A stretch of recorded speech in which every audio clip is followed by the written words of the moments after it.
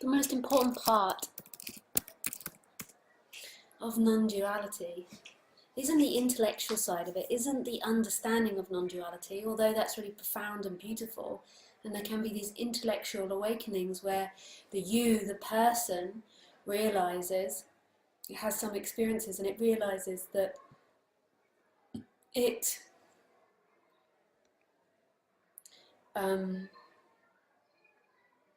is the experience, it is whole, it isn't the experiencer, there is something else that's experiencing.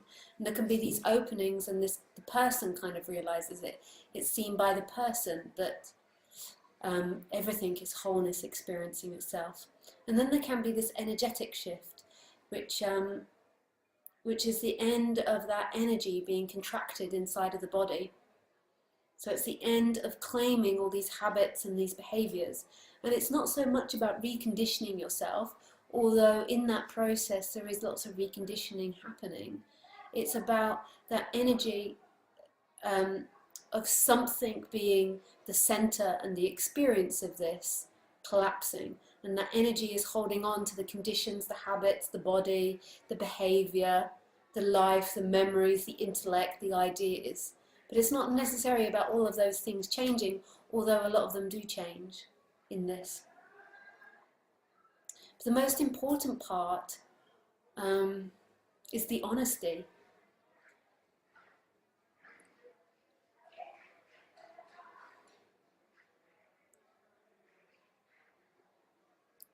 What do I mean by the honesty? I don't mind me not telling a lie. Lying can still happen. That sounds even odder with the word honesty. But I mean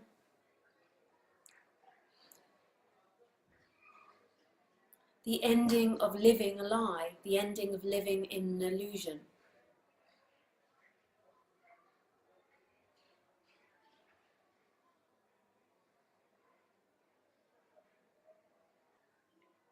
So the separate self is full of lies. It's full of illusions that it believes it is. And waking up is kind of like collapsing back into this until you stop living, the separate entity stops living in a timeline of itself, in a mental image of itself, in a mental reality of itself. What we often like to use non-duality as is a new way of avoiding what we feel and avoiding what's happening. So we want to live in the concept of no doership. We want to live in the concept of no self, of no person. Not because or for non-duality, but because you want to not feel the pain in which you feel. So if you feel angry at someone, then the thought might want to say there is nobody to be angry at, to try to pacify that anger and not be angry. But the most beautiful thing that can be done is just when the person feels separate, even though ultimately there isn't someone there, is just look underneath what you feel. So if you feel anger, look underneath it. Normally it's vulnerability or lack or wanting something else, feeling like you didn't get enough. So if you just look at that feeling, then you can go underneath it and see that all feelings come down to two primary feelings, fear and lack. As soon as there's identification, the separate person has two major feelings, that I am not enough, I'm scared, and lack, I am not lovable. The world isn't giving me what I deserve. I deserve more. And so say if you're feeling anger on the surface at someone, so you're angry at someone, the mind, not that there's anything ultimately wrong with anger, anger can be also a really positive emotion, but when you're identified and the mind keeps repeating the story about what's happening, then that separate person can explore that storyline. And often what you'll want to do on the top is start saying non-dual things. There is nobody there. There is nobody to blame. It's not their fault because there is nobody. I'm I'm not somebody, there's nobody that hurts. And that's living a lie. That's trying to be something else than what you are. So you can use that to go back, and then you can be, I'm fucking pissed off with that person. I'm really pissed off with that person. And then, okay, I'm pissed off with that person because they make me feel vulnerable. Okay, I feel vulnerable. And then you can go deeper. I am afraid of being alive. I am afraid. I feel fear. I feel fear. It always comes back. You can always follow back any emotion, any separate emotion to them. But then you also have natural emotions. So there is natural emotions that occur as well. So emotions are always going to appear. We have these chakra centers, and they're going to appear when you're identified or you're not. But I'm just talking about when you're suffering and you're identified and you're contracted and you keep repeating stories. I'm talking about that. But there's natural feelings of anger, jealousy, competition even. So we have these chakra areas which have these feelings, and they have positive and negative feelings, each of these chakra areas, and that's never going to stop. There's always going to be feelings and reactions to circumstance, and they're really important for this body to function in the world. Like people often think that anger shouldn't be there if you wake up. Anger is such an important emotion. When I first woke up, when there was first awakening here, I was so blissed out that I would feel anger, but because there was so much bliss, I wouldn't act on the anger. And then what would happen is that people would treat me inappropriately. Because if you don't have this energy, now I'm not saying anger is abuse or hatred, I don't mean it in that way, I mean this energy, this forceful energy of no. In Chinese medicine, they say that people that are afraid of anger and don't express anger, and when there's a denial of anger, they often experience depression, because anger is a really vital force. And I don't mean it in the negative, like when you're identified, you hate people for what they've done. You dislike people for what they've done. You blame people for what you've done. I'm talking anger that's like, no, this is not okay to behave like that. Or, no, I don't want to do it. With Khaleesi, there needs to be anger sometime, although she's a very good doggy. But when you're identified, it becomes a story about the other person.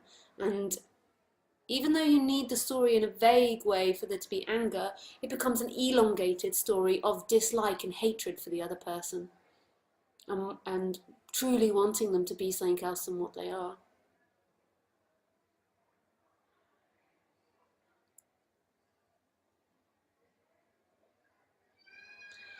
But when you're identified, and the way that you can tell it's identification is there's this contraction of suffering, there's this feeling of being bound inside the body and it's happening to you. You can explore these feelings, and I'm not suggesting that we get rid of all these feelings, but what I'm trying to show you is how these stories, the stories that you create, are coming from two basic things of fear and lack. So say if you really believe someone's done something to you, what the identified self will start doing is start telling the story of non-duality or spirituality to avoid it. But that's useless. That's obviously there's point in listening to non-duality, but not to try to be non-dual. If you try to be non-dual, you'll just become dead and cold. That's not non-duality. So when you're telling yourself non-duality when you feel uncomfortable, I can assure you that is identified action that's trying to avoid what's happening. So what you need to do is go the opposite way. When you feel separate, you need to go inward, seemingly inward, although ultimately there is no inward and outward. So you feel unloved by someone. So they don't give me enough attention, they're never going to love me, but you don't even know this. Then you use non-duality, there is no one that can love. But go the other way, so they take things away, they never give, they're stingy. And then see that you feel behind that anger at that person for not giving you what you want. And then see underneath the anger there is lack, that you feel like you're missing something.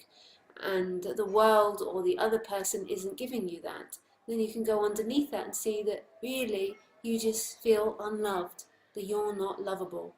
And then you can go even further. You can feel that you feel like you've been abandoned by God or wholeness. It's really important to listen to non-duality, and it's important I speak non-duality, but I realise that so you see, in the past, when non-duality was spoken about, traditionally it was done one-to-one. So there would be one person. There was also group talks, but you would know the person that was speaking about non-duality with you, and so then when you were using non-duality to just boycott what you're actually feeling, that would be pointed out. But I meet lots of people that think they're awakened because they're telling themselves the story of non-duality, and they're curbing all their reactions and all their emotions. And this isn't non-duality at all. Non-duality is about becoming fully human and not human at the same time. So it's seeing that who you truly are isn't the form, and then the effect of that is for the human to be truly and utterly human and humane, which is so beautiful. Not someone that's constantly living in non-duality. So what I have to do now is, because I realise that so many people are trying to fake it and pretend that they're awakened and pretend to themselves that they don't suffer anymore, is point out that you can tell if you're suffering by the contractions in your body. Like, explore the sensations of the body.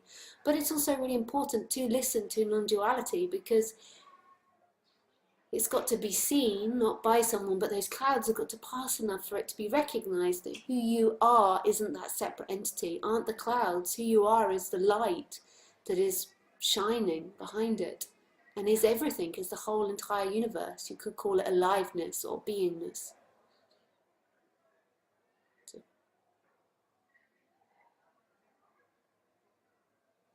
Okay.